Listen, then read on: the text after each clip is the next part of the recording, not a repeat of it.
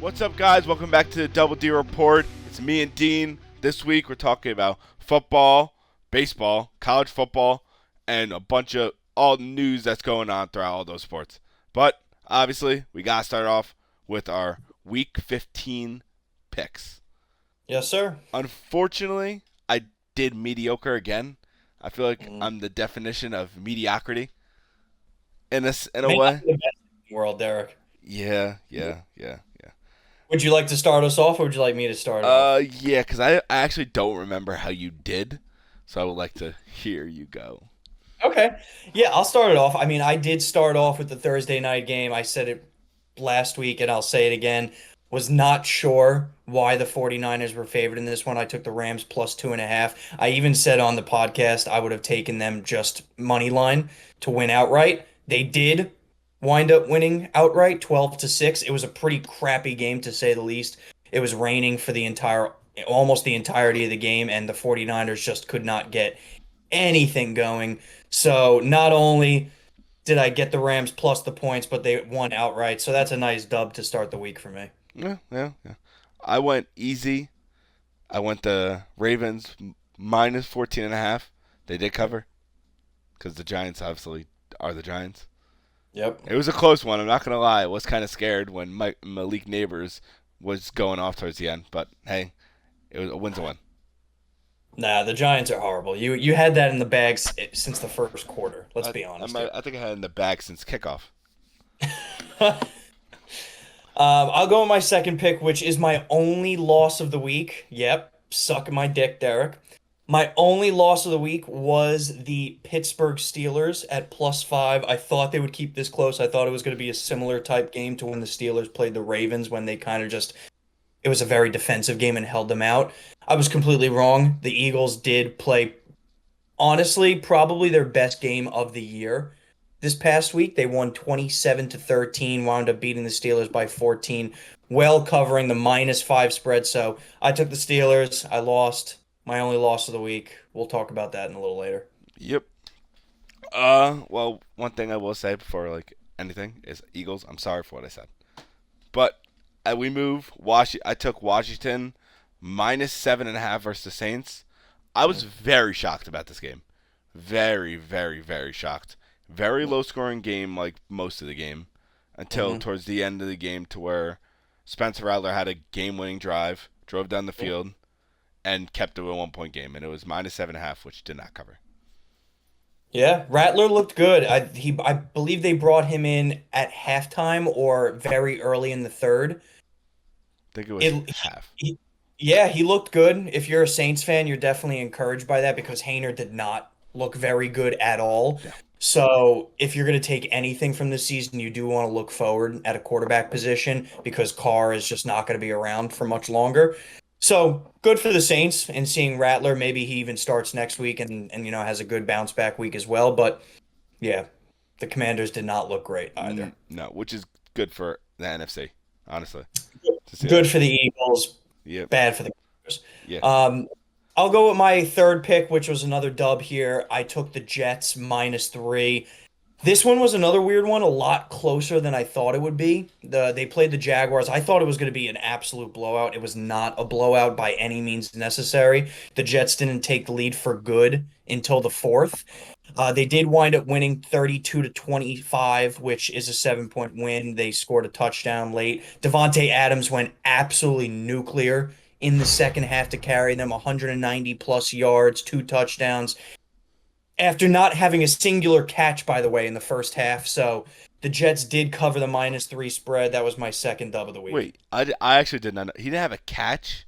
Not a singular catch or yard in the first half. Oh my god. Yep. That Basically, Rodgers and Adams went into the locker room and said, "Fuck it, we ball," no, they're and like they we're just playing catch. completely off. Yeah, they went completely off. That game was surprisingly close. I was not expecting it. I thought they were gonna blow him out, honestly, in my opinion. Yep. But I'm gonna go to another loss that I have, which is the Colts +4 versus the Broncos. It Hmm. That game was a risk. I for some reason thought that Anthony Richardson and uh, Jonathan Taylor are gonna be we're gonna be able to hold it down. honestly, after what Jonathan Taylor did, I Yep. think that was just for morale as a team. It Yep. just brought it down. That was like a Deshaun Jackson esque play, throwing the Yep. ball back and then it lands in the end zone and then lose the ball. That was Immaturity, that was complete. That completely inflated the Colts. They exactly. were done after that. And you know what? Believe it or not, that's happened like 4 times this year already in the NFL. Like you would think after seeing it on ESPN or seeing it live the first time, it would be in your mind, God for Jesus, let me cross the goal line with the ball in my hand. I don't know how hard it is to hold on to the ball and run into the end zone. I didn't think it was that hard. Like you can't wait an extra second to celebrate. Oh my! As what I said, immaturity is what Yeah, caught. but on top of that, Richardson played a horrific game, less than 50% completion, 2 interceptions. He's he's continuing to show that if I'm a Colts fan or I'm a Colts general manager, I'm not sure if I'm going to move forward with him as the starter next year. But Yeah. I digress. That's a problem for the offseason. Yep. I will go into my lock of the week, which was most definitely a lock of the week. I did take the Bengals as my money line pick over the Titans. The Bengals somehow are still considered in the hunt for the playoff spot, even at 6-8 here. So pretty much all of these weeks moving forward are must wins for them. Their offense continues to be dynamic. Burrow and Chase just continue to light it up. Burrow had another great day, 273 touchdowns. And the Titans not only they didn't play horrible because they did score 27 points, but they did bench Will Levis and already announced that he will be benched next week. So the Titans are another team in the NFL who are going to have quarterback issues going into next year, it seems. Yeah, and I'm not gonna lie. Towards the start of the game, it was very close. I was not like I thought that the Bengals would start off hot and like unleashed hell on them, but it was close after they took Yep. out Levis after the three picks, Yep. and obviously the Titans did lose, but like it's pretty much from now all you see is rebuilding. Hey, a lock is a lock for me. I don't care how they win as long as they Oh, win. 100%. Well, I'm going to go with my lock of the week, which is very bold, but I was so confident that they're going to win. Is I picked the Packers as my lock of the week. They've been just on fire, and I just couldn't see Seattle stopping them. No, Hmm. Josh Jacobs has been doing very well. Jordan Love has been turning the ball over less than what he did in the start of the year. He's playing very, very good, and it got them to win.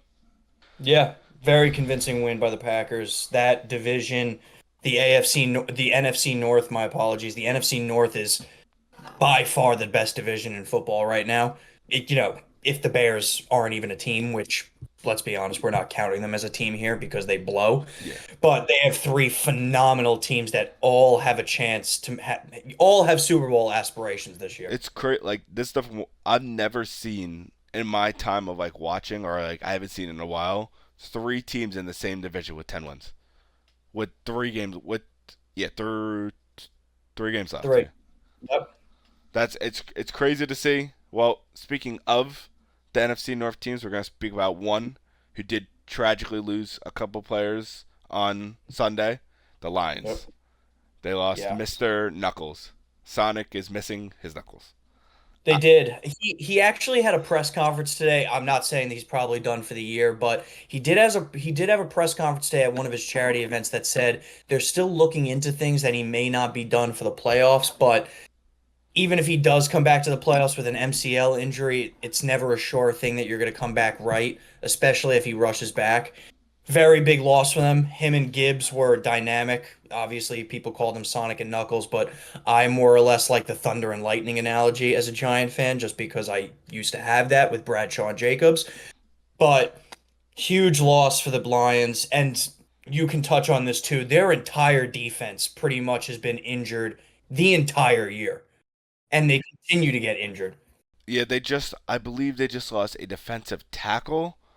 His last name is Williams. I know, but he's been playing very well for them, causing a lot of pressure, and Yep. he's out for the year too. It does suck because what made no sense to me is I didn't think David Montgomery was out for the year because he came back in the game. He did. He came back in the game.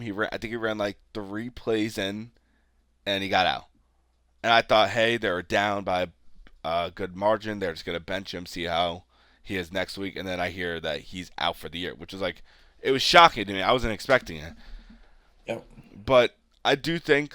Well, this is the one thing I have to ask you is: do you think that this does affect their team, like in general? Like, do you think like they still have the high value that they are in the NFC?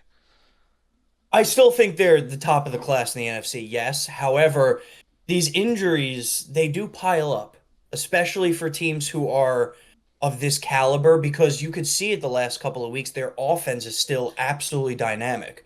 But their defense has been depleted so much. They have now injured, if I'm reading this correctly, 11 starting players on the defensive end have been ruled out for the season, which is unbelievable. So they're Insane. basically working with second stringers and rookies on the defensive side of the ball. The only caveat here is that if you want to look at any of like the bright lights and the shining glimmers here and all of those injuries, Aiden Hutchinson did say on a podcast today that he would be ready for the Super Bowl. Just I'm on track for my goal of returning for the Super Bowl. And so I keep telling all the boys when I see him in the facility, I'm like, you guys just got to get there, and I promise you, I'm gonna be back. I mean, if you want to look at any bright spot, right, you still have to go through 3 rounds of the NFC playoffs, but these injuries do catch up to you. I think they're going to be fine on the offensive side of the ball. I really do. They have a lot of dynamic players, especially with Gibbs leading the back. I completely trust him to Me do too. that.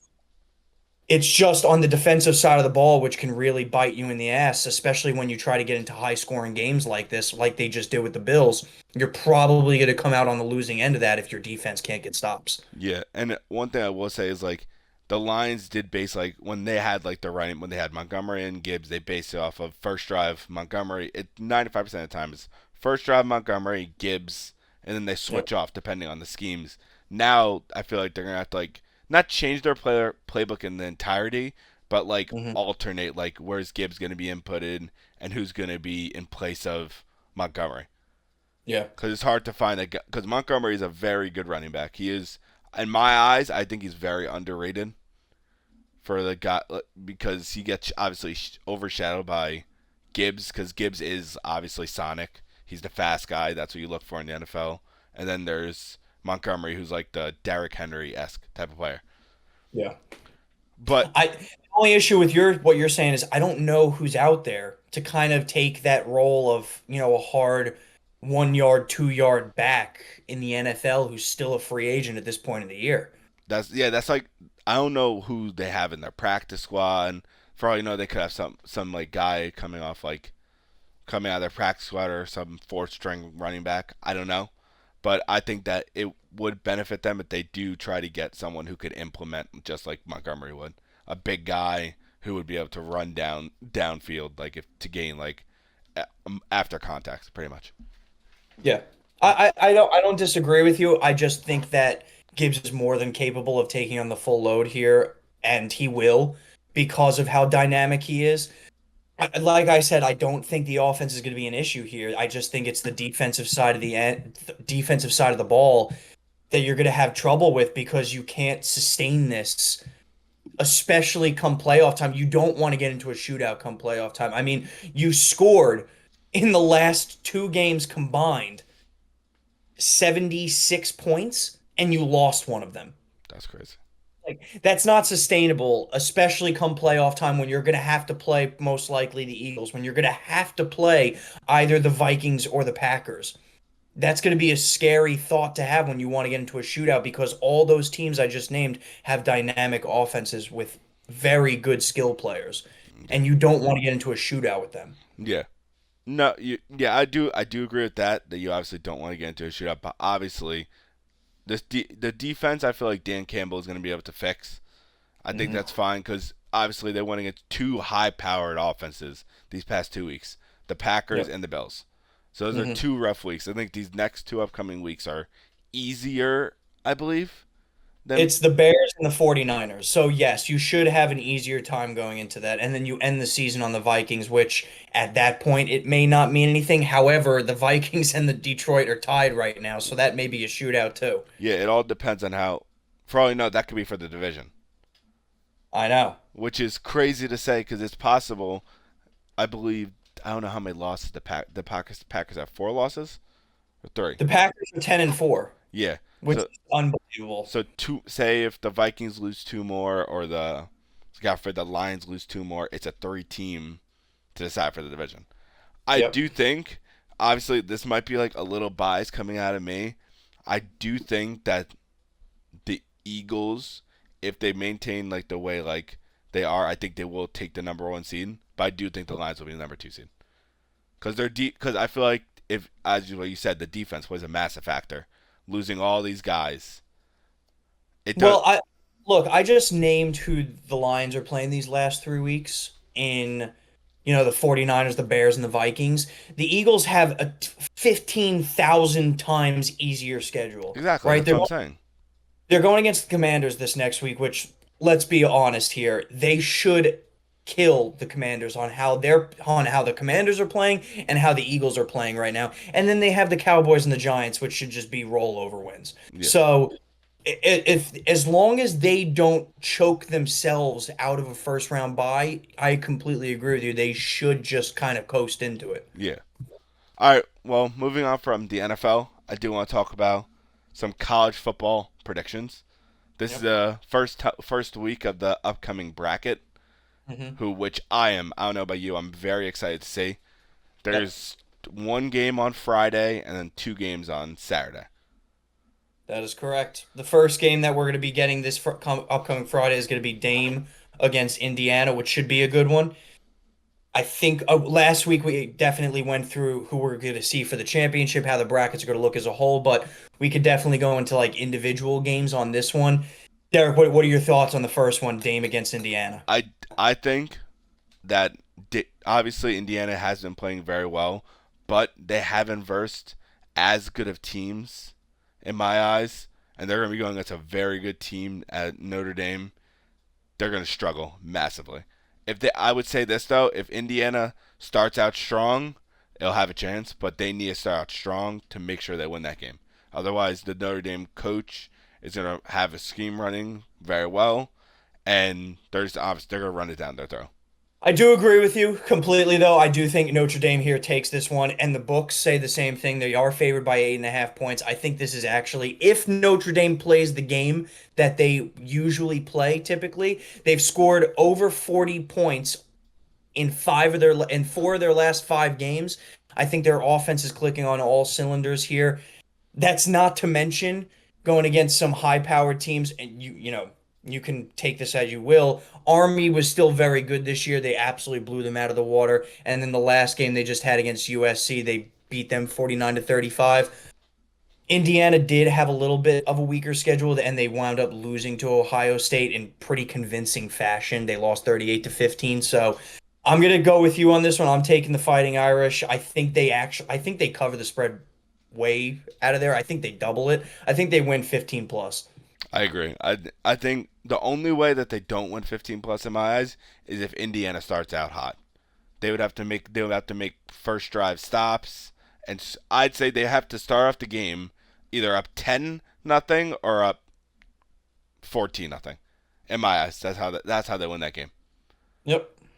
And correct me if I'm wrong. The next game, which is Yep. on The next game on Saturday afternoon, I should say, 12 p.m. Eastern, we got Penn State against SMU. I'm going to start off in this one only because last week I have the Nittany Lions winning it all here. So you can moron. obviously see where I'm going with this one, where I think who's going to win.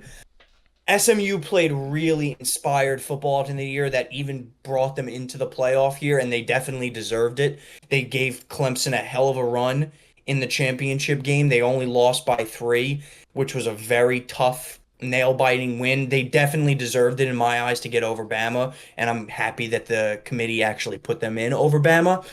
Still, Penn State is just a 10 times better team here. I mean, I don't see there's no comparison in my eyes between the Big Ten Conference and the Atlantic Coast Conference. So, all things considered, Penn State should quite literally whoop their ass in this game. I'd be surprised in any other way.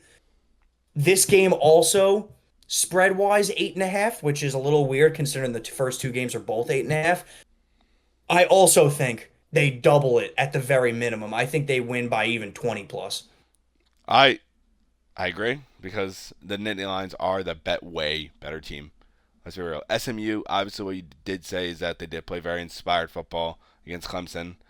They are I do moderately agree with you to where they made a making over Alabama. I'm only saying Alabama should have made it on like one side is because they have a harder conference than they do, and they're going against harder teams. And I see like their two out of their three losses was to unranked teams, Alabama. So I guess like it understandable to why SMU made it. They were in the championship, but I do unfortunately think they're going to get railroaded. I don't think they stand a chance against the Netherlands. Look, yeah. Look, it's the truth. They, like you said, they played inspired football. They deserve to make the playoffs based on how they were playing all year long.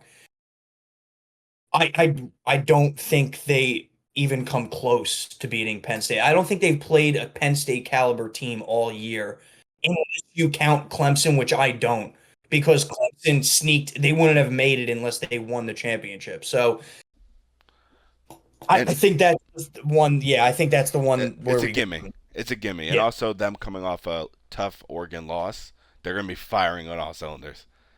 Yep. They're going to light them up like a fucking Christmas tree. Yep.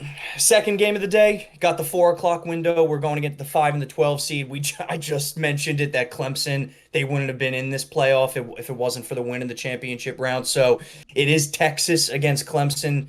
I'm going to let you make your prediction, and most likely we have the same opinion here. So It's Texas. It's fucking Texas.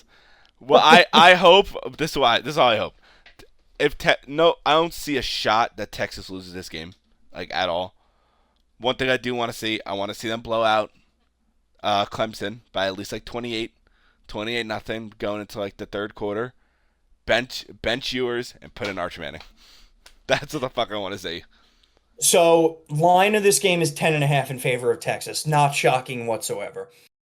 If you're a Clemson fan and you want to look to any sort of bright spots here that of any little, chinks in the armor of where you could win a game here, right? There's two areas that I see, and tell me if I'm wrong. First and foremost, Ewers has not played well the last few games. He's definitely played more than mediocre. So if you can get pressure on him, constant pressure, he will continue to play mediocre, which will open the window for you to actually score some points and keep the game close. And if it's a close game in the playoff, who knows come fourth quarter overtime what happens, right? The second thing is, and I think this is the bigger one, it's Dabo Swinney. This guy's been here before. He's done it before. He's a national champion. He knows how to coach in these big moments. I'm sure he's scheming up at least something to keep the game close, like I just said, going to the fourth quarter where anything can happen. He's going to be your best bet if you're a Clemson fan, where he puts together a scheme that is just so perfect and all the stars align that you have a chance at beating this Texas team. I do understand that, but then it comes to at some point though, to like it kind of negates all of that when you just look at the talent on the Texas side. Oh, of course. That like their entire team, like all around, including their defense, is just outstanding. I know they obviously lost to Georgia in the SEC championship game, but they still are a great team. But that is one thing that you did say is 100% true is Ewers has not been playing well. So for all you know, Ewers could start off the game with 2 picks and and Clemson goes down the field and scores 2 touchdowns. Which brings it to my point is this is a playoff game, and I think we touched on it last week when we were just talking about our overall picks. If Ewers does come out there to start the game, right, in the first and second quarter, goes, let's just say 50% completion, maybe around 100 yards, but 2 picks, no touchdowns. Come the second half, it is the playoff. You may want to consider then going to Arch because there is no tomorrow if you lose. Exactly. It's a cliche to say that, but it's the truth. You can't just continue to afford sending a guy out there if he's continuing to struggle. I 100% agree. And I obviously would this be very curious to see how the first half goes. it's obviously non-biased. I do think Archie Manning is going to be very good when he does play. So it will be nice to see him, but obviously like I would not force him in. I would not force him in unless he has to come in. Yep. Agreed. Agreed. And then the late slate, probably the best game of the day. It's the 8v9. It's Ohio State versus Tennessee. The spread here is a little large for my liking. It's Ohio State favored by 7. I like I that. think that should be a lot closer, like 3.5, 4, just because these two teams really aren't that far off in terms of talent, in terms of wins this year, in terms of losses. They're both 10-2. They've both played really good teams. I don't see why Ohio State is favored by, that heavily, especially coming off a loss Against to Michigan. Michigan in their championship where they only scored 10 points. Yeah. It's a little surprising to me, but my prediction for it, I'm going bold, man. I'm taking Tennessee money line outright. I think Tennessee wins this one straight up. I think Ohio State is a little bit overrated just because they have, a couple of wins against like an Indiana and a Penn State. But I don't know. From what I saw last game, and this is definitely recency bias based on what we saw in the championship round, but they didn't look good against Michigan. And I think if Tennessee tries to emulate what Michigan did on the defensive end, you're going to be able to stop this Buckeyes offense. And I think Tennessee's offense is much more dynamic in terms of big plays and explosive plays. I do agree with you, but the just how I see I do initially I do think that Tennessee will win this game. Then there's also the side of me to where it goes to coaching, goes down to the schemes, and if I had to trust in a coach to win this game, it would be Ohio State's coach. I think that he's going to put together a great scheme to stop Tennessee's, because Tennessee does have an underrated offense in college football. It's a very good offense, and they have a very good defense. They have a Yep. bunch. They have I be- I don't remember his name exactly, but he's an end, and he's going to be drafted high in the NFL. The only thing that scares me with my pick in Tennessee is why is the line -7 in favor of Ohio State? Exactly. What It's a is little, it's a little suspect. Yeah, but obviously you are 100% right. They did come off a tough loss, and this like I'm not like saying this like in a wrong way to like towards you. Every year Ohio State versus Michigan, so it's technically like it's not a championship game because in the Big Ten championship game it was the Oregon versus Penn State. Yeah. Yeah, But, yeah, no, but like technically it's like their championship game. They versus each other every year. They have a trophy for it and everything. To where, but that is a tough loss to lose to Michigan because they systematically have like done very well against them, and to see them lose that game, I it's mean, it wasn't even like in college playoff in college fashion where it's an absolute barn burner and you're slinging the ball. There's no defense whatsoever. They lost 13-10 against a Michigan team that lost more than half of their team since their championship year last year, where they're 7-5 on the year, 5-4 in the Big Ten. I just I don't see. It doesn't make sense to me how Ohio State went in there and lost that game. I I That's the concerning part for I me as an Ohio State fan. the only thing like obviously like it's those are big games, and there has been times obviously to where like hypothetically Michigan State has beaten Michigan when Michigan has been the better team. It happens Yeah, though in those games. That's how I'm seeing it. Obviously, it's a rough loss to lose to yeah, Michigan after having a bad year, but I think that they will bounce back and win this game. yeah. Okay.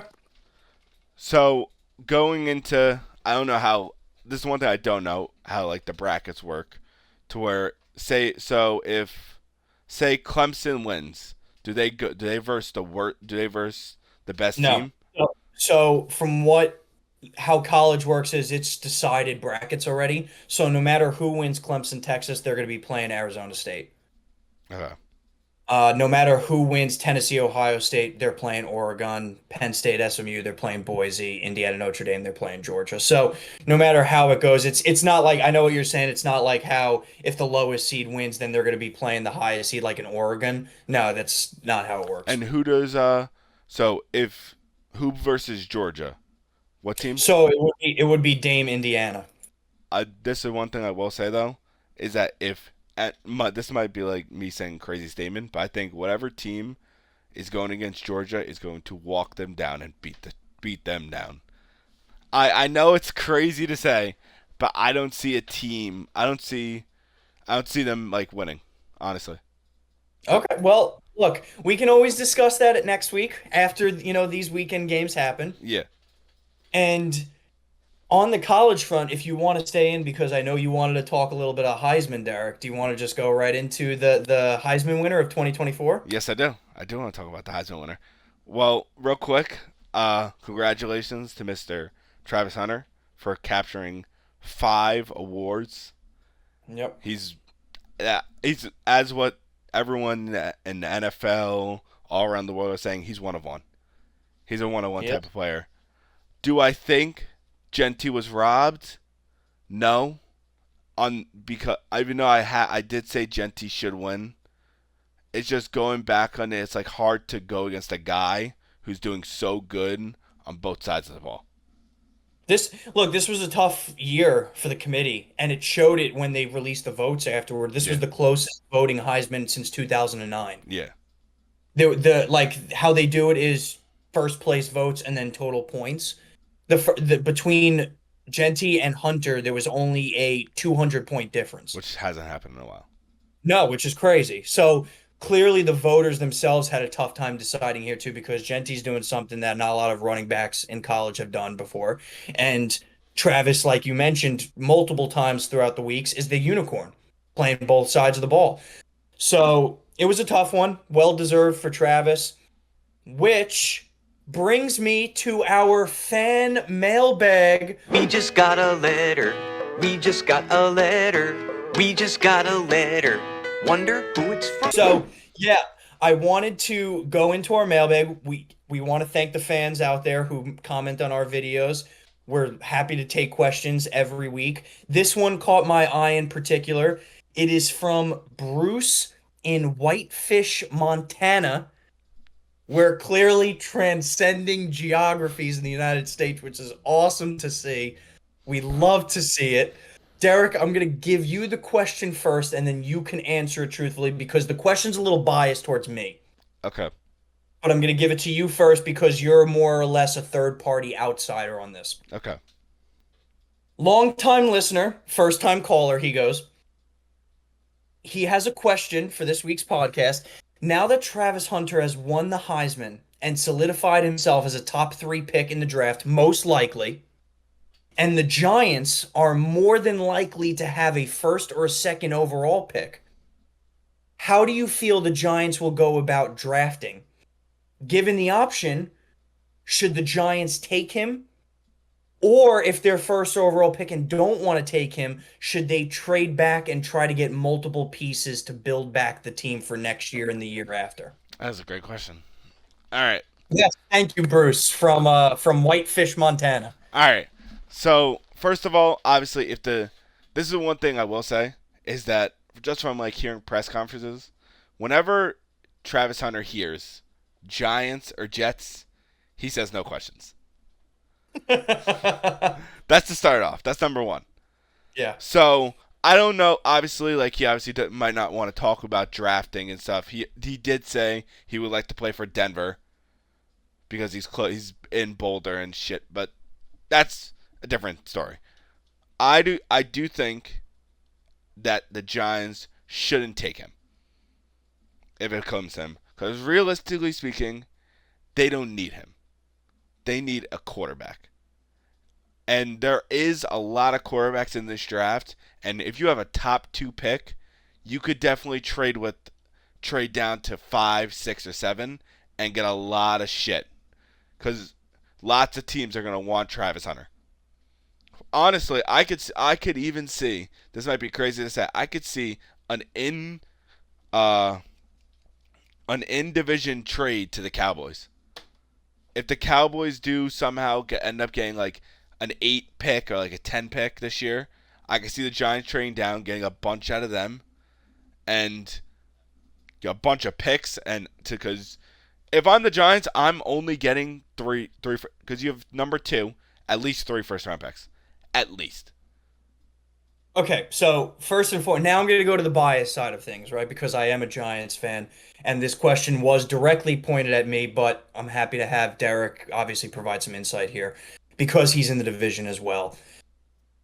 First and foremost, the Giants will never, in a million years, trade the first or second overall pick to Dallas. They would never, It's hypothetical.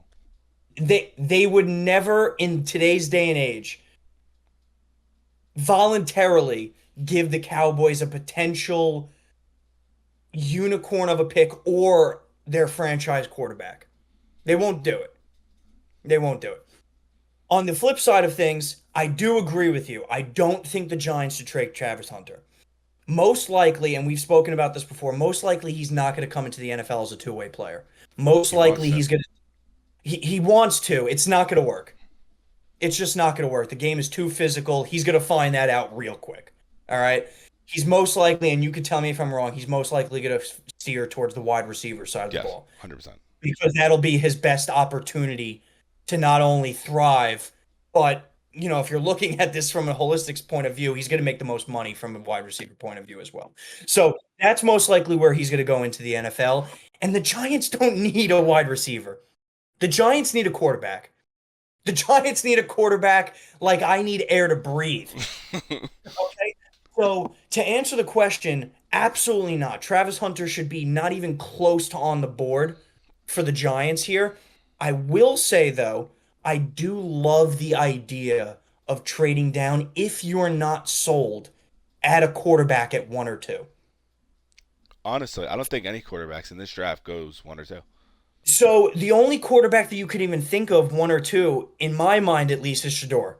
I don't Yeah. think any other quarterback has garnered that type of attention or that type of respect to be within the top two picks of this year's draft. So if you're the Giants front office and you're not sold on Shador being your franchise quarterback, there are two spots in the top 10 right now. As of right now, things can change in the next 3 weeks, but Tennessee at number 5 and Cleveland at number 7, they need quarterbacks and they will give you hauls to take over that first or second pick for Shador if the option is there. More or less Tennessee because Cleveland still has a picks issue and Deshaun Watson on the cap space. My bad, the rapist on their cap space.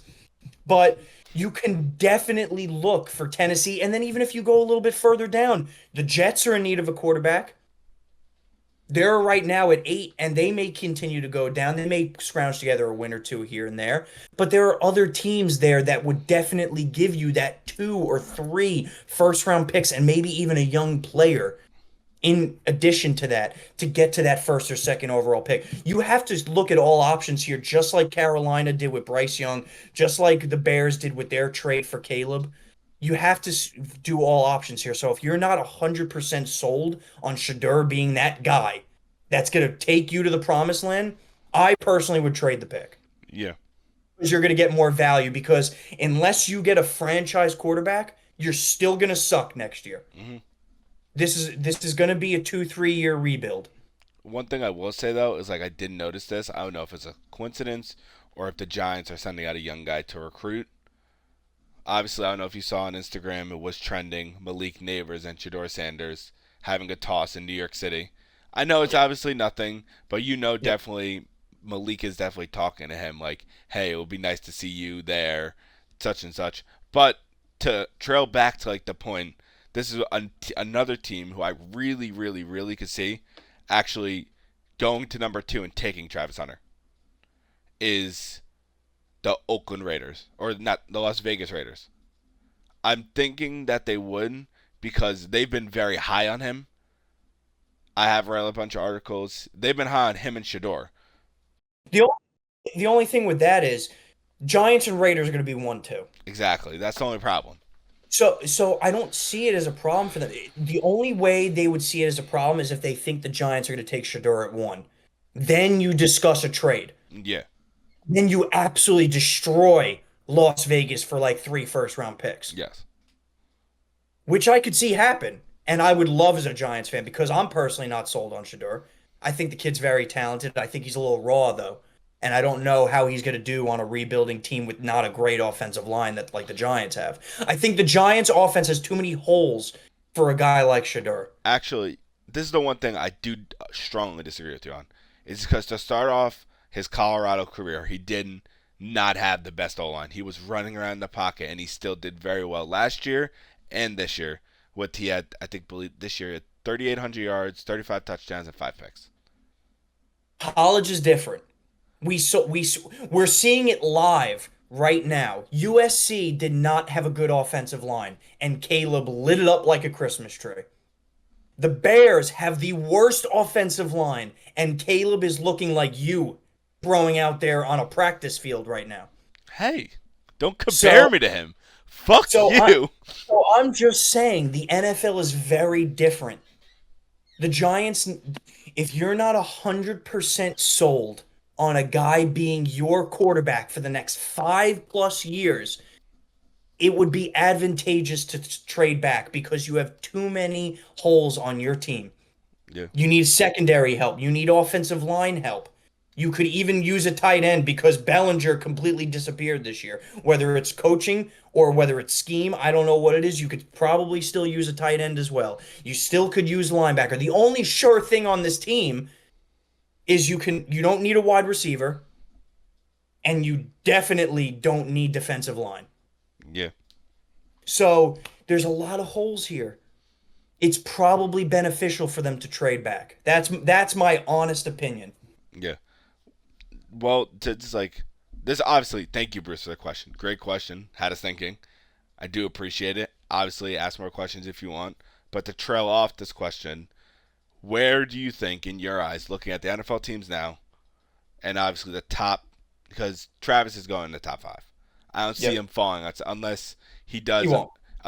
like something. Because, for example, Jalen Carter, he was projected number 1. Yeah. Something happened and he dropped down. Yeah. What is the best team you see fit for Travis Hunter? It's a great question. I think the obvious one, oh man, the obvious one here, I think, is the Raiders, even without a quarterback in place, just because he's going to have pretty much free reign to be the number one guy on that offensive side of the ball. And him and Bowers would be Insane. dynamic, That would be in, crazy. insane. And then if the Raiders do choose to go that option, they can take a quarterback maybe in the second or third round, or they can sign one of the pending free agents like a Sam Darnold, like a Justin Fields, to kind of have that stopgap, which wouldn't be the worst option. Other than the Raiders, I think the Patriots. He would be awesome with Drake May. I did completely forget about that. Him and Drake May would be an unbelievable pairing because the Patriots don't have anybody on the offensive side of the ball right now. Who's their number one receiver? Is it Kendrick Bourne? Demario Douglas. Oh, Jesus. So right away, Hunter would be the number one on that team. He wouldn't have to vie for anything. He's coming up with an up-and-coming quarterback who is their franchise quarterback. A young team with a young head coach. I actually think that would be a better fit for him than the Raiders would be. Just because they have a little bit more continuity and a little bit more of a vision for their offense with a younger quarterback now. All right. I'm gonna need, in order for me to know, I just need the top 5. The top 5 picks, right from wrong, is Top Raiders, five, Raiders, top Giants, five, yeah, top five right at this moment. Raiders, Giants, Patriots, Panthers, Tennessee. Tennessee. They need a quarterback. I think, yeah. I think Raiders is obviously one, which I did say. Yep. Honestly, this might be a bold statement to say. I could see the Panthers taking him. Oh, don't say it, man. I know, like, well, I don't want him to go there because I feel he will have a bad time there. But for, like, team wise, they're not drafting a quarterback. They're not gonna. They could get an O line in later rounds because the O line class, I want to say, is not. It's not as strong as it's been in previous years.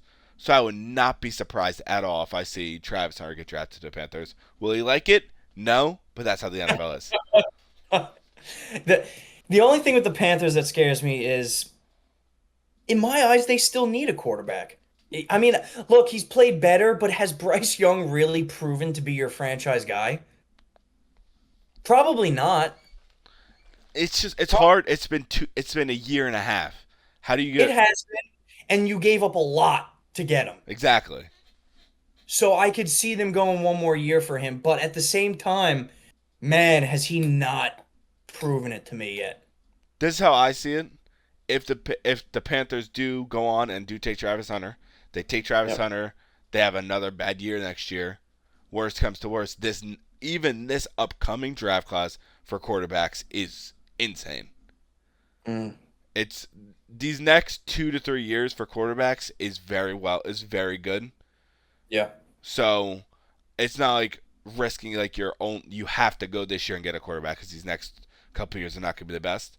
So I do think that I don't think it will be horrible. I don't think he'll obviously get his target share will go insane. He might break the targets record, or not the reception record, but The thing with the Panthers is, one, if he gets to you at 4, you're probably not passing up on him. 2, they just need so much, the Panthers. They need so much offensive line help. They need so much defensive help for their defensive line. They're still just there's so many pieces away that my like from a fan perspective, I wouldn't want Travis to go there and die. Because that's what I feel like he would be doing there. Because if next year, if Bryce Young doesn't work out, you're right back at square one where you have to draft another quarterback then. Then you're going into another rookie year with a quarterback that you hope pans out, and then you're already 2 years down with Travis. And now, if that doesn't work out, you're starting to think about trading him and getting value. I don't think that works best for Carolina's interest. I think they have to work from the nitty gritty outward. I think they have to work on defensive minded people who are edge defensive tackles. I think they need to shore up their offensive line if they're going to even have a chance of having, Young be anything remotely decent. It's very tough. My ideal, so just to pinpoint it, my ideal landing place for him is the Patriots. Yours is mine is honestly is the Raiders. okay. I think those are two very realistic options. We're definitely Bruce. Once again, thank you very much. Thank you, I Bruce. think we're both on the same page, though. Me and Derek. He would not. The Giants in no way should be taking him. No, but the thing is if they do take him, it's like a generational talent. It wouldn't be a bad pick. It Would just be wouldn't bad. be. Well, it's like you're a fan. This like you're a Giants fan. That's like Yeah. how I see it. It's like if you take him, it's like you're taking Saquon that year when you guys. Oh, I disagree. Completely disagree. How do you just? Saquon was a lot different.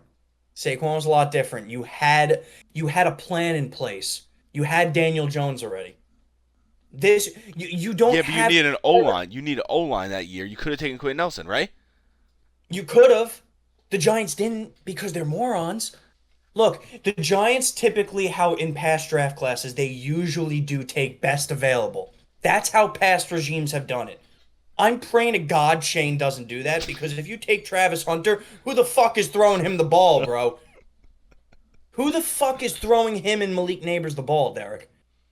But just You're I'm You're gonna have to go out there and sign a bullshit quarterback and just pray to God that he's good, like a Fields or a Darnold, and then God have mercy on our souls because they'll probably suck ass too.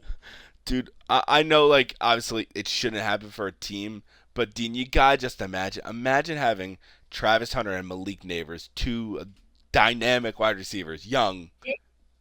I get it, I do. I completely see the vision that you're having. But then you look at the quarterback position and it's Derek over here throwing flapjacks at them. And on top of that, you have no offensive line still. Yeah, yeah. So it's a lose-lose. There's so many other needs on the offensive side of the ball that you could go after instead of a wide receiver. Yeah, I do agree with that. There is a bunch of our needs, but obviously you're saying as a fan it's a bad pick. Me, It is. I'm saying as like an overall perspective, I'm standing on this statement. It's not a bad pick purely because he's a generational talent. I That's get why. it. That's the only I've reason heard why. I've heard it before, man. I've heard the generational talent shit before. I heard Caleb was a generational quarterback. How's that working out? All right, this is different. No, no. This is different. 4 out of our top 5 needs on the team are all on the offensive side of the ball. You need a tackle and a guard. You need a quarterback, which I've heard I've heard from multiple sources, is probably the most important thing in the NFL. And you also need a tight end. I, So, tight end can no, wait. Tight end can wait. Let's be real. Tight end can wait. sure, yes, tight end can wait, but you still need one. Yeah. So you need a quarterback and you need offensive line. Good. Go draft Travis Hunter. I'll go out there and try out for the Giants in MetLife. We'll see how that shit works out. Yeah. I'm just saying. You do. Look, If you you, can say this all you want, but from a fan perspective and just from a logistics perspective, you should not be taking Travis Hunter in the slightest here. You should be trying to maximize other teams wanting Travis Hunter here. You can get 3 first-round picks for this pick. agreed. You can get I started off by saying that you can get 3 first-round picks for that pick. You can, and that will 100% be more beneficial to your organizational plan than drafting Travis Hunter. Well, to reel it back and to go to the Giants, if there was a quarterback to take in the first round, I don't know if we spoke about this in previous episodes. We haven't spoken about it in this one. Who would you take? It's gotta be Shedeur. He's the look. In my opinion, he's like the top of the list in terms of quarterback from this class. It's not for me to decide. I don't think he's worthy of a first or second overall pick. It's up to the Giants and their scouting department to see if he's worthy of it. Like you can even look at the guy. What's his name, Derek from Oregon? Dylan Gabriel. Yeah, he's good too. He's really good, but he's nowhere near first or second overall type quality.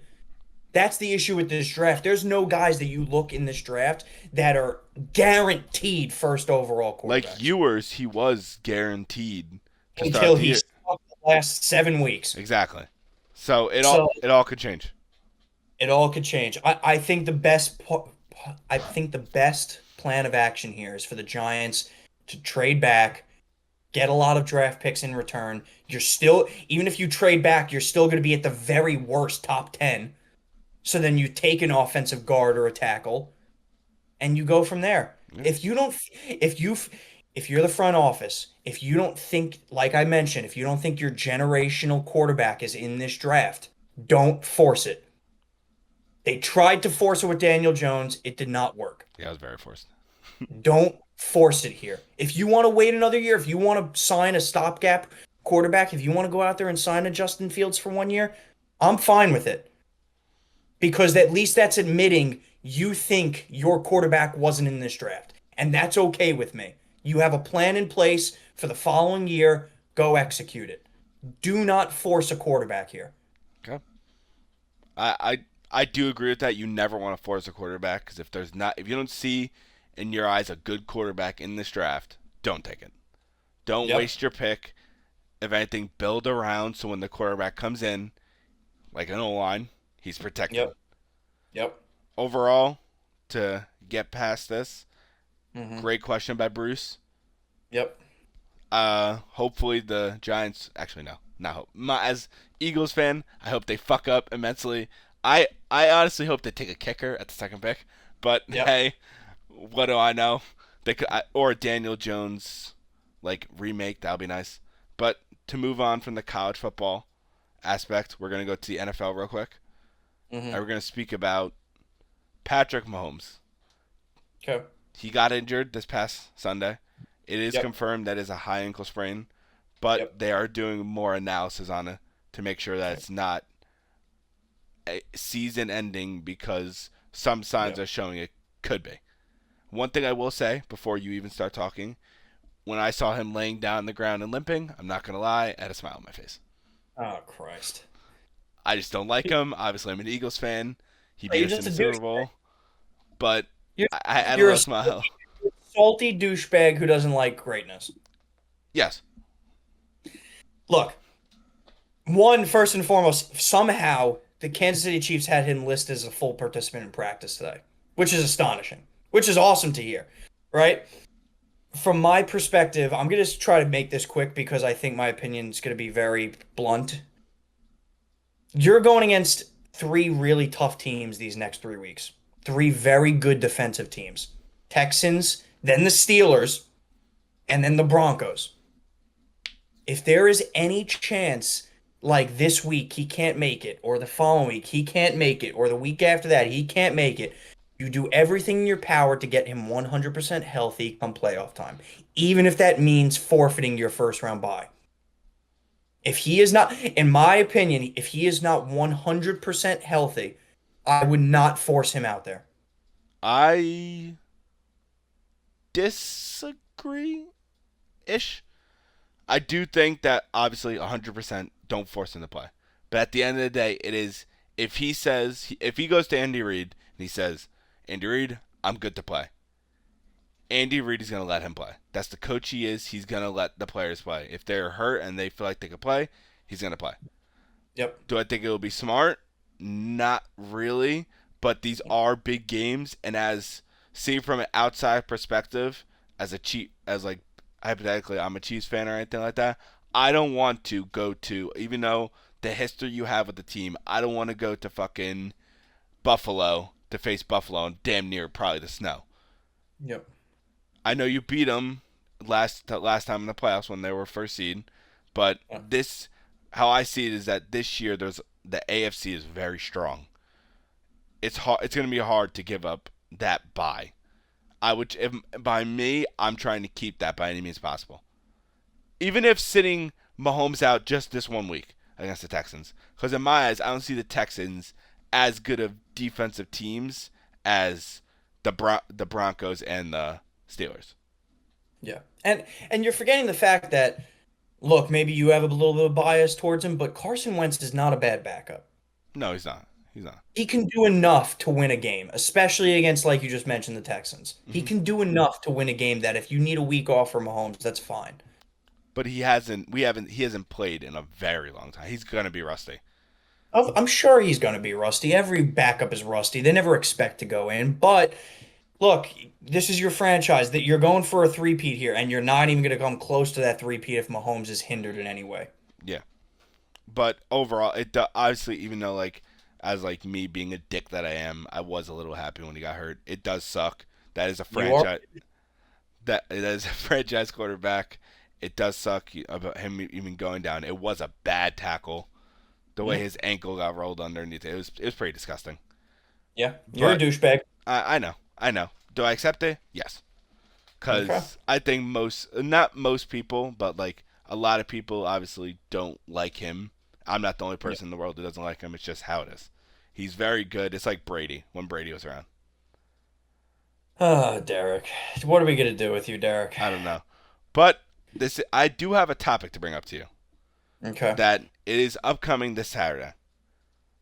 That we haven't spoke about yet, but I do want your input on it. Oh, boy. This upcoming Saturday on the Zone. Saturday. Okay. Yep. Alexander Usyk Mm-hmm. versus Tyson Fury. Okay. Who do you think is going to win that fight? Good one. Thank you for bringing this up because we actually haven't spoken about boxing. For anybody who did watch the first fight, it was awesome. I think Fury came into that fight a little cocky almost. For anybody who watched it, he really didn't show his power too much, and he kind of he took a lot of punches, which is good for him, because he is a big boy and he can do it. We've seen that with some of his previous fights. Usyk is getting up there in age. I mean, both of them are getting up there in age, right? Usyk's 22-0 with 14 Ks. Tyson Fury is 34-1-1 with 24 Ks. I think Fury's going to come back in this one with a little bit of a chip on his shoulder, trying to show the world that he still is that guy, that heavyweight. However, I'm going to say Usyk wins this one. I'm going to say Usyk takes the follow-up match as well, and I think he's going to do it in convincing fashion. I think Fury's time has come to an end. I think not only does Usyk win this one, I think he knocks him out. Wow. Yep. I did not expect that at all. Yep. Well, I disagree with you. Because this is going to be a very good fight. The first fight was very good. Very good to watch. Obviously, what you said, Tyson Fury I think he underestimated Usyk. Yep. But I think Tyson Fury, I've been listening to a bunch of bunch of interviews and stuff. He's taken this camp so seriously. For example, I can't. I don't remember the exact interview, but today I watched it and he said that he hasn't spoke to his wife or his kids the entire camp. It's been a long camp. Been away from my wife and kids for 3 months. I've not spoke to Paris at all in 3 months, not one word. Yeah, been sacrificed a lot. And normally camp is about 2 months. Yeah. And in his previous camps, he's always kept in contact with his family and all that stuff. So pretty much what he did to make sure he is 100%, he isolated himself. He put himself in his own little bubble because he realized Usyk is very good. That guy. No shit. Well, obviously the first time he underestimated him. You could just I tell. think you're 100% correct. So I think that by him isolating himself, I think he's going to have kind of like a Deontay Wilder 2 match. I think Usyk will get knocked down at least twice in that fight. Wow. All right. So we're on complete opposite ends of the spectrum on this one. And also, I would love to see, because I believe that there is a third fight in their contract if there's a tie. If they're Yeah, if there's a tie, if Usyk comes out of here and with a convincing win with a knockout, or even if it goes to the decision and he knocked him down twice, there's no third bout. 100%. I do think only if Fury wins. Yeah, Usyk will go elsewhere, and he'll have a nice championship bout elsewhere. This, it's not a stretch to say this is almost in a way Fury's career. This fight. Oh yeah, which is why he's taking it so seriously. The cam. I respect him for that. He's been a great champion. He has been a great fighter throughout his career, coming over a lot of different adversities. But opinions. I just think his time may be coming to an end. I know. I completely understand where you're coming from. It's just like the power that this guy has is just insane. One And he can punch. take a punch. He could take a punch. He's 6'9", I believe. Yep. 6'9" and punching with that power is just insane. And Usyk is not a tall guy. Yep. I believe he's not tall compared to him. I think he's like 6 foot, 6 flat. Yep. So I am very excited for this fight. I did want to bring it up because it is a big fight. Cool. We'll talk about more boxing stuff as time goes on, but boxing has been a little bit of a dying sport, so we don't want to get too much into it. But moving on, we did promise we were going to talk a little bit about the MLB free agency. There is still a ton of more players on the market to sign, so we're going to continue to keep everybody posted with that. But we will, for the time being, speak about the players who have signed. I'm going to give it a little bit of a rundown. Obviously, the big one was Juan Soto to the Mets. Over $765 million, which has the potential to get to $800 million. Second largest contract was Max Fried. The Yankees punched back a little bit here in the New York battle. They got Max Fried for an 8-year deal. Overpaid for him a little bit, who was a little injury prone, but they needed to get him. They needed to overpay, especially when Boston was in on it. And then you had some mid-level guys. Willie Adames went over to the San Francisco Giants. Blake Snell went full trader mode on the Giants and went to the Dodgers. Douchebag for that. I hope he falls down and plays there. Yep, fuck you, Dodgers, too. Evaldi stood with the Texas Rangers. He loves it there. He was playing really well there. They gave him a nice contract. He deserved it. Severino, probably one of the biggest surprises of MLB free agency. The Oakland Athletics, soon to be the Las Vegas Athletics, gave him a bag. For anybody who doesn't know, MLB does need a floor. They don't have a cap, but they need a floor. Yeah. Oakland needed to get there. They still need to get there, but this was one of the big signings for them, $67 million to Luis Severino. A few others in there. The Mets signed Clay Holmes, Frankie Montas to try and pull out their pitching styles. They're actually going to try to get Clay Holmes to become a starter, which, bad decision. If anybody in the world saw how he pitched for the Yankees, please, for the love of God, don't have him as a starter. You're lucky if you have him as a setup guy. Yeah. Nonetheless, I wish him the best on the Mets, and I wish the Mets fans the best. Some other notable ones like an Aroldis Chapman, who signed a 1-year deal with Boston. Kyle Higashioka and Travis d'Arnaud, 2 catchers in the league, signed their respective deals, one with Texas, one with the Angels. And then just a couple of other, low leverage guys. The big story has been there's been quite a few big trades in the MLB over the last couple of weeks within free agency. One of them being today, which was Cody Bellinger going to the New York Yankees. This was in the works for quite some time, especially after the second trade that I'm about to mention, Kyle Tucker being traded from the Houston Astros to the Chicago Cubs. They clearly wanted to shed some cap with Bellinger. So they want to sign Tucker, which would be a huge deal here. The Astros, they have never signed somebody for over 6 years in their life. So they weren't going to start with Kyle Tucker, which is No. why they had to trade him. And then the third other trade was Devin Williams coming over from the Milwaukee Brewers on a 1-year deal, but the Yankees are hopeful to sign him to the New York Yankees. One of the best closers in the game. You're going to have a hell of a 1-2 punch there. And then not to mention the Yankees did sign Jonathan Loáisiga. So hopefully they're hoping for a 7-8-9 punch with Loáisiga, Weaver, and then Devin Williams. Maybe it works out, maybe it doesn't. But Derek, in your opinion, which one of these free agency signings or trades, up to you, shocked you or was the most surprising to you? Well, obviously the biggest one. I'm not even gonna say it, but it was pretty shocking to me. I did not expect, obviously, Soto to go to the Mets. That's number one. Mhm. But putting that one to the side, because I think that shocked the entire world. Honestly, the most shocking to me, even though it was a trade, I was not expecting Devin Williams to get traded to the Yankees.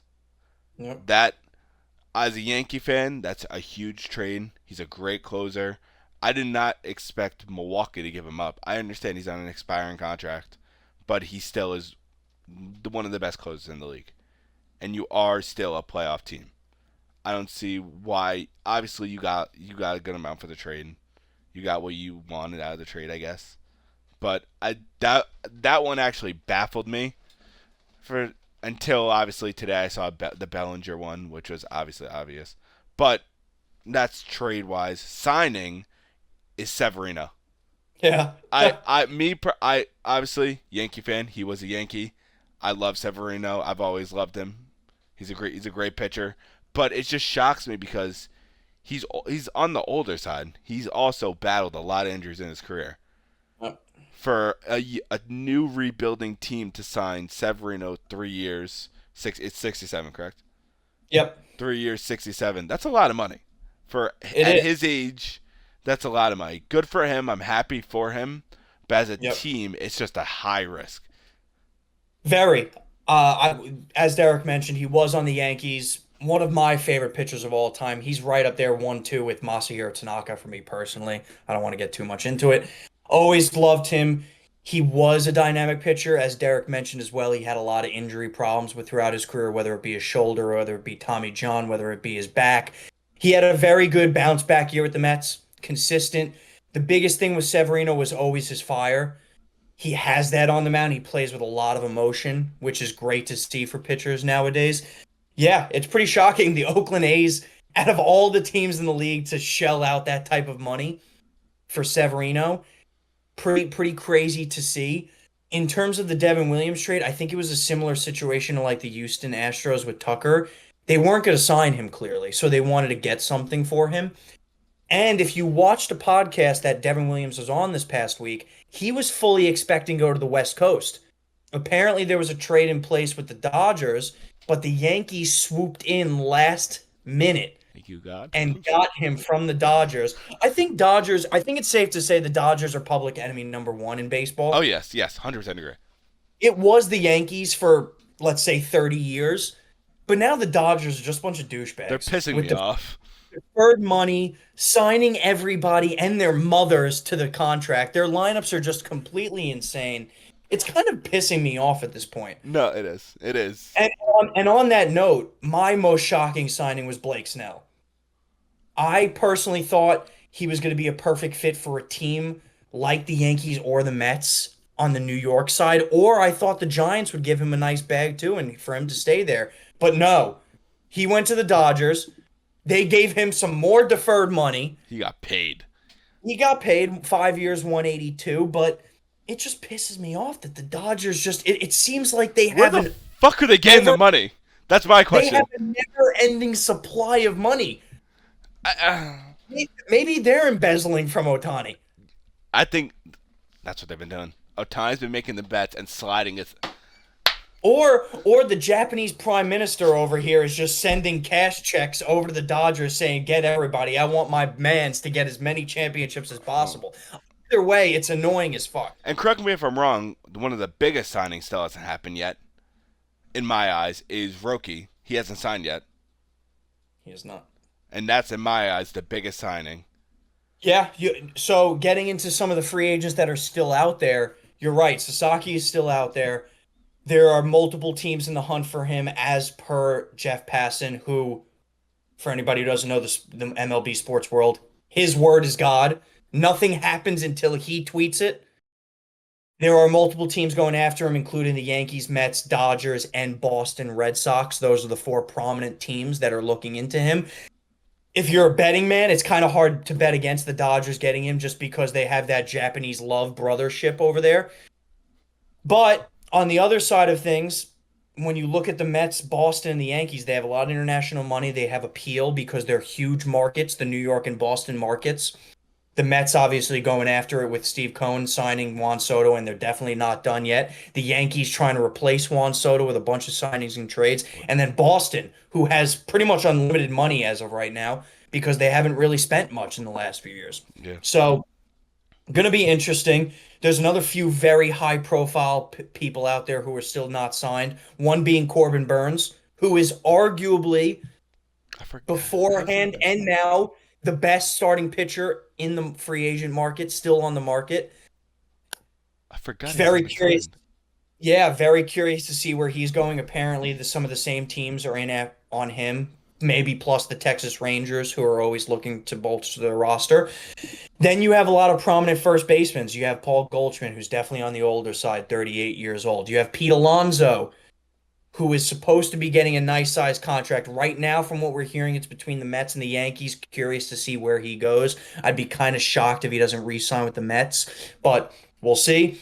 Same thing on the first base side. You have Anthony Rizzo, once again, like a Goldschmidt on the older side, probably just for defensive prowess and a little bit of veteran presence. And then you have Christian Walker, who's the one guy that people are still looking for on the first base side. He's looking for around a 3-4 year deal, who is at the aforementioned teams that I mentioned. So there's a lot of free agency to go left. Still some high profile people, as I've mentioned.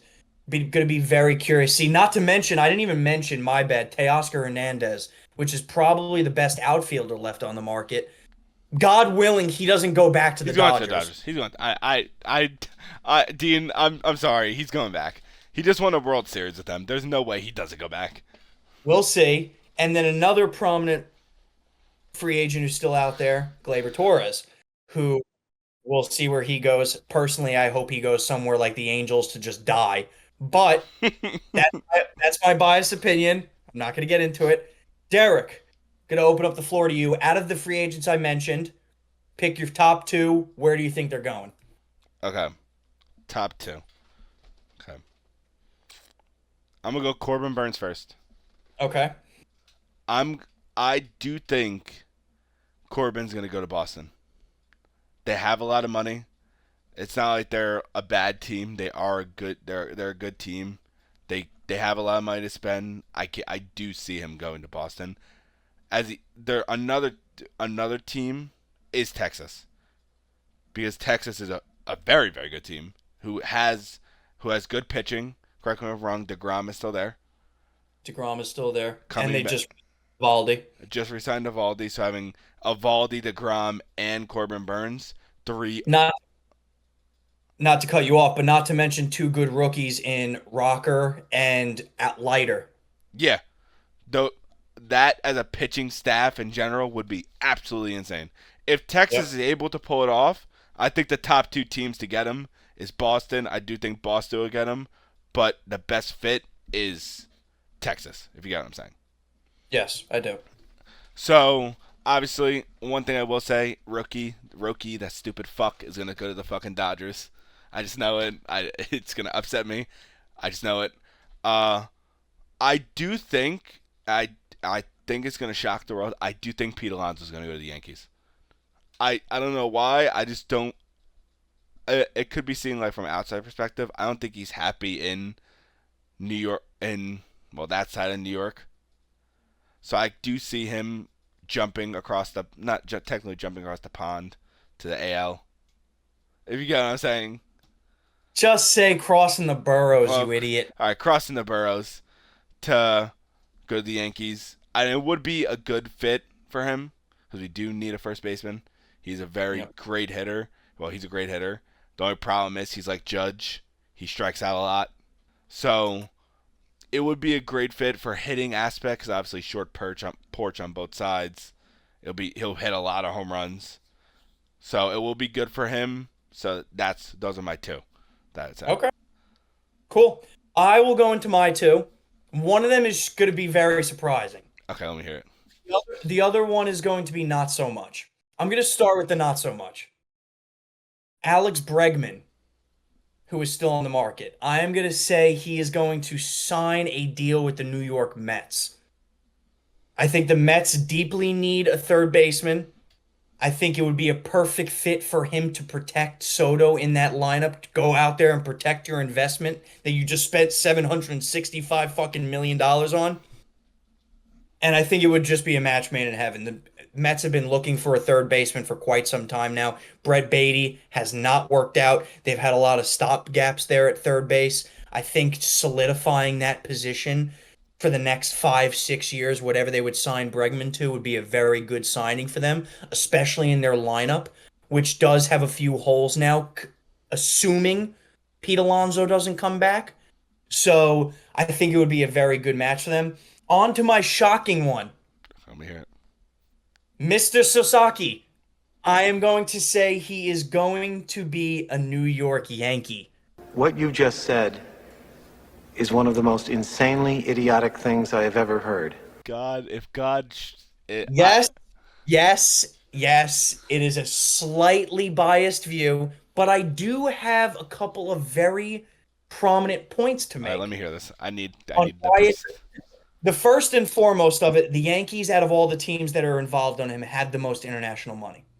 That's a big factor here, right? The kid's young. He's going to be looking for a lot of money. I hope he goes after the money. Number two, this is where it gets a little weird. His favorite player was Masahiro Tanaka. So I think if the Yankees get him to a table with Masa at the tables, tongue, that they're going to convince him to come over to the Yankees. And that would in turn entice a trade of Stroman getting off the roster. Oh, that would make my day. And you would have quite literally the best rotation in Major League Baseball. Yeah. With Cole, Fried, Sasaki, Rodon, and Heel probably moving Schmidt to a 6 pitcher or him to the bullpen. Now I have a question. Do you say we, God forbid, get Roki? Yep. Do you think there's a possibility of also getting Corbin, or you think that'll be out of the picture if you get Roki? Absolutely not. I don't even think Corbin's on the table for the Yankees. I think he would cost too much. I actually loved your pick with Boston because they do have the most money to spend.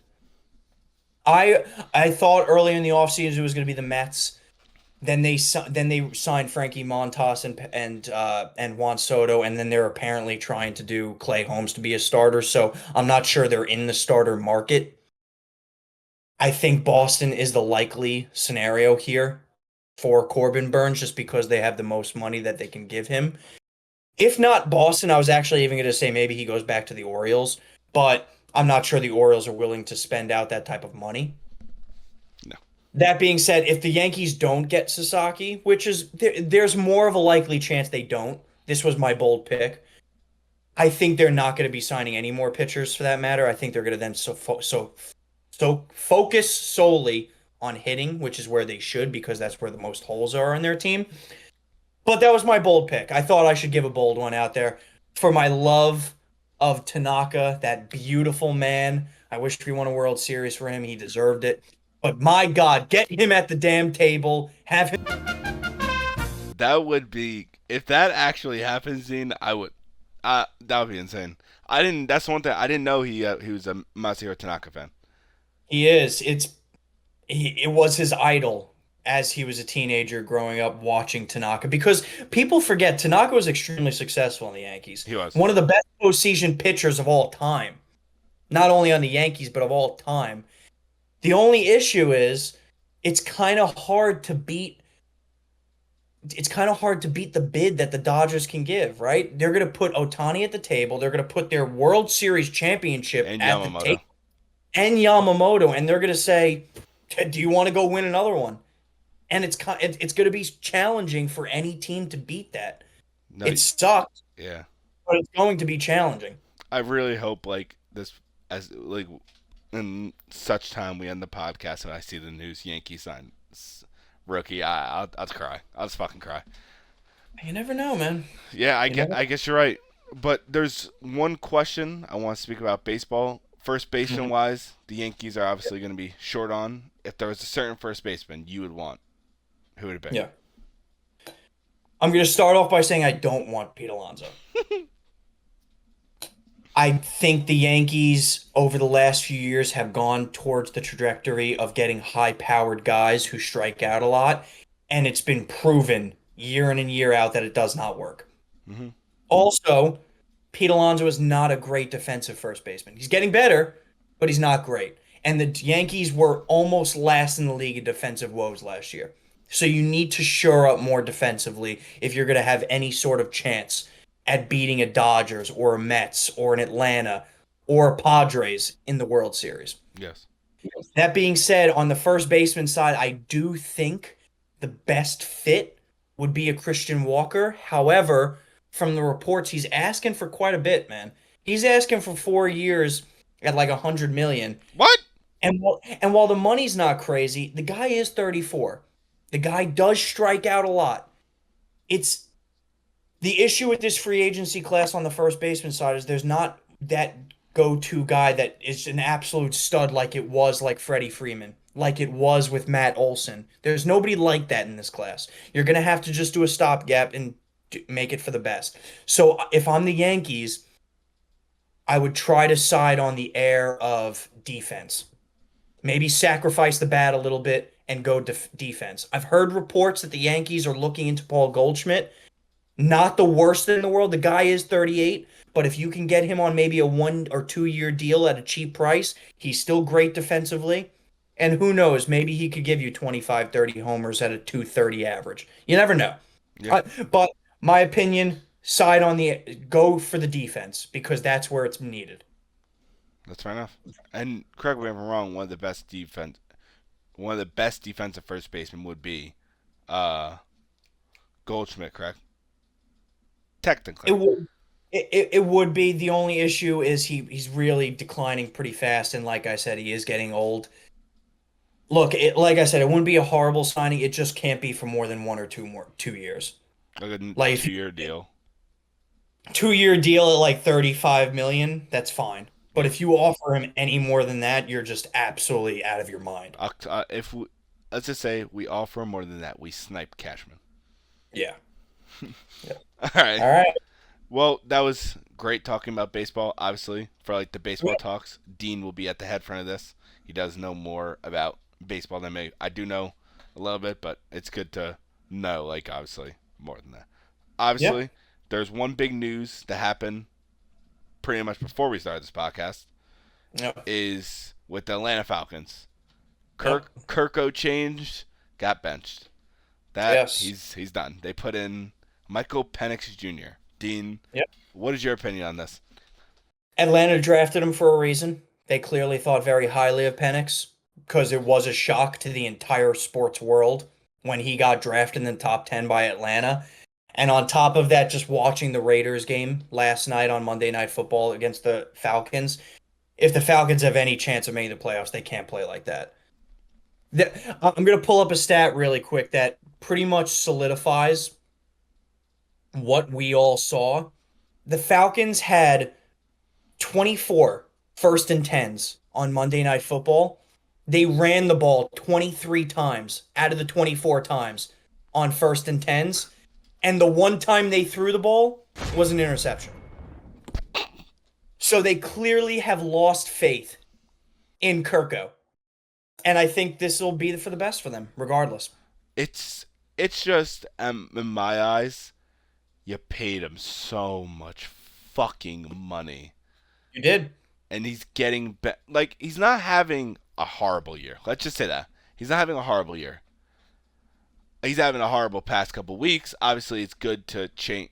If you're not doing good for the past couple weeks and you have a playoff shot, put in your best capable person to play for that position.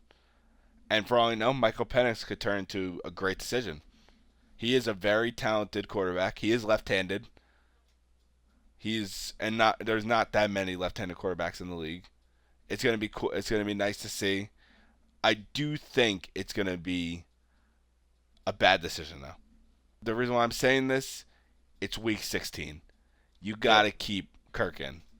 You can't throw a rookie in 3 big games just out of nowhere. This is gonna be his first week with the first string playbook. He's gonna be running the offense. It's gonna be hard for him, and if he's able to do it, God bless him. That's a very fair point. I like it. And I'm going to end my portion of this on 3 points. First and foremost, if you're going to put them in, it's the best week to do this. So they're playing the Giants. That's first and foremost. Oh, that's great. That's practice. Okay. Number 2, their front office saw something in this kid. They drafted him for a reason. That's my biggest opinion on that. And number 3, if I'm Kirk Cousins, and I've said this in the past, I would be on my knees blowing my agent for getting me that money. Because he is the biggest finesser in the National Football League. I think it's Greg Rosenhaus. I believe it's Greg Rosenhaus. Good for him. He's getting a slob knob. Jesus Christ. No, you're right, because think about it. He's going to be getting paid $200 million to ride the bench. For sitting on his ass. God bless. Honestly, God bless. I gotta find me one of these jobs, man. Dude, 2 just have to throw a football and get pretty much CTE? God damn, it must be so easy. Yeah, too bad I could barely stand. All right. Now, on to our picks, Derek. That was so sad. He's too bad I could barely stand. All right. Start us off. Yeah, let me start. I need to pull it up on my phone. Dean, let's just say my picks are kind of bold this week. Great. Oh, I'm going to start off with my first pick. Okay. My first pick, I'm taking the Texans plus 2.5. Wow. I Fancy. I don't know if the spread changed. I do think the Texans are going to win this game. I think they're just going to flat out beat the Chiefs because this is probably the start. This is the start of hell for them for the last 3 weeks. So I think that they're going to start off with a loss. And last year around this time, around Christmas time, is when we saw the fall off of the Chiefs until the playoffs time. So I do think that the Texans take this game. And the 2.5 will help me out. Cool. I will start off mine with the Philadelphia Eagles minus 3.5. I think they're clicking on all cylinders. I think the Commanders are not clicking on all cylinders. I think this is going to be an easy dub for the Philadelphia Eagles. That's it. And it's a good pick because obviously I'm an Eagles fan. But I would not be shocked if the Eagles lose this game. Okay. Going on to my pick, I'm going to take the Rams minus 3 against the Jets. Nice. Rams are just a better team. Let's just be real. They're just a better team. Jets are probably going to get manhandled. So, Yep. Yeah. Fair enough. My second pick, Lions minus 6.5 against the Chicago Bears. Nobody's doubting the Lions' offense here, and this is one of the weeks while the Lions' defense is completely depleted. They're going against the Bears and Caleb Williams. Enough said. I think the Lions cover the 6.5. I mean, look, man. I don't mean to continuously rag on the kid, but that's enough. I've said what I've said. That's fair enough. I agree. Fuck Caleb Williams. Moving on, I'm gonna take the Cardinals minus 4.5 against the Panthers because the Cardinals I think need this win this week because I wouldn't say the division is falling away, but it's falling away. Yeah. They need this win and then a couple more to help them win that division. This. So, Cool. yeah. I'm gonna go with my one bold pick of the week. Oh God. You could roast me for it. You could hate me for it. Ride or die, baby. New York Giants +9 against the Atlanta Falcons. I think the You're Falcons offense is in a little bit of disarray. I think the final score of this game is 12-6. you're taking as one of your spreads the Giants. Yep, I think the final score of this game is 12-6 Atlanta. You are a fucking dumbass. Look, man, Giants +9, 12-6 final. Statistically speaking, you have done very well when it comes to these big spreads. Yeah. So, for all you know, you're probably gonna hit on this, and it's gonna be fucking insane. And statistically speaking, the Giants are going to enter me without lube.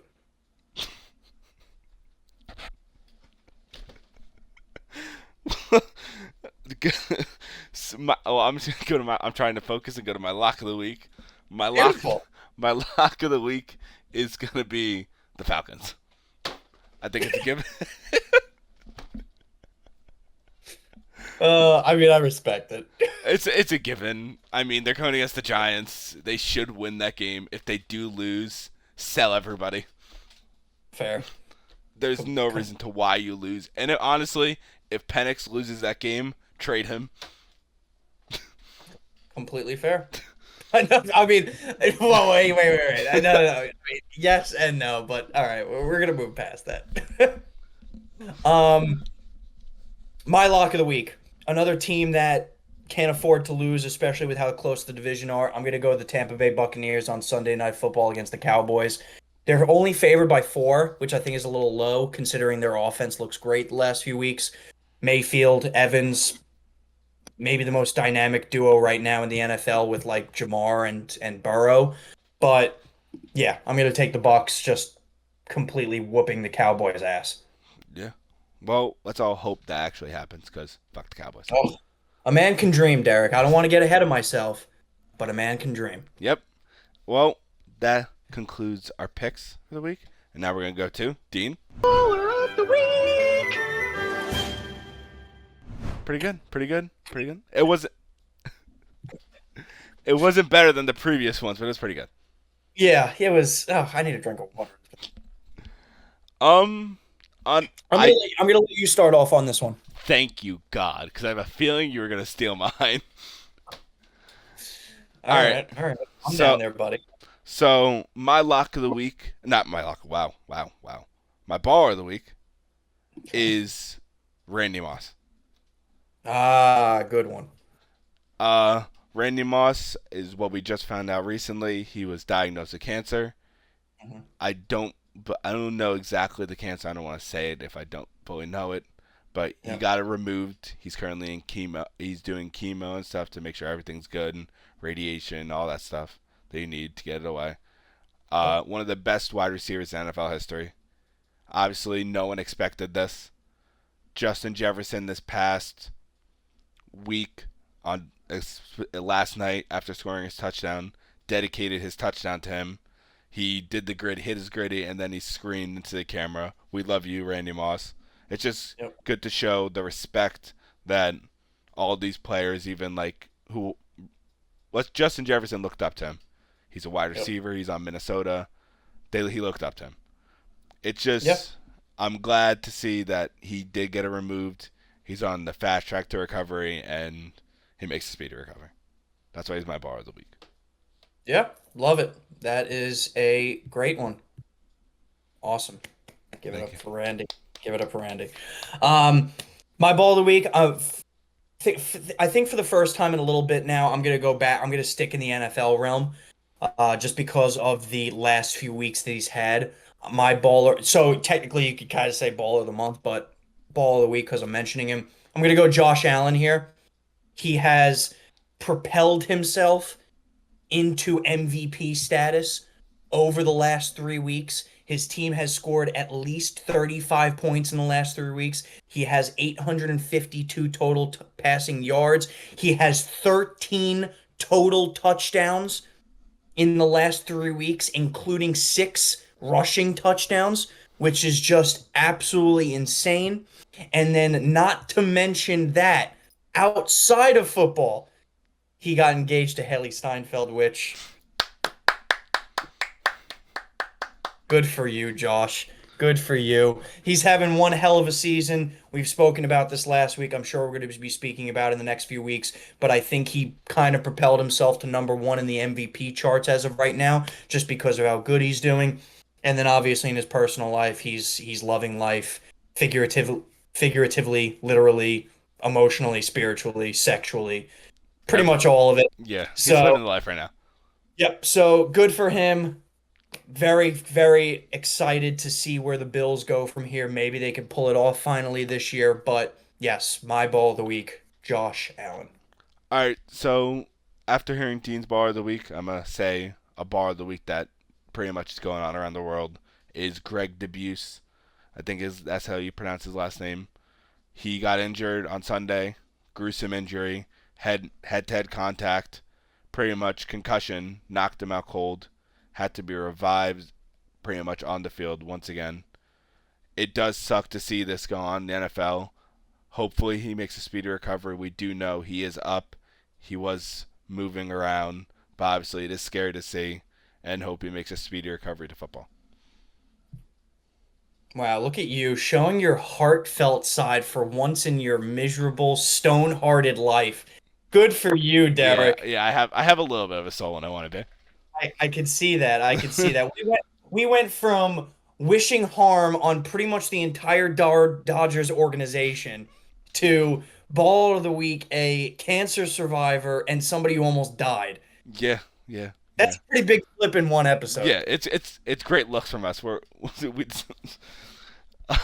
well, let's just ignore all the bad shit we say and only the positive shit. Let's just say that for now. So Shut we up. even though it's not gonna get ignored. Anyway, that concludes this episode of the podcast. Obviously, we talked about NFL, college football. Same thing next week.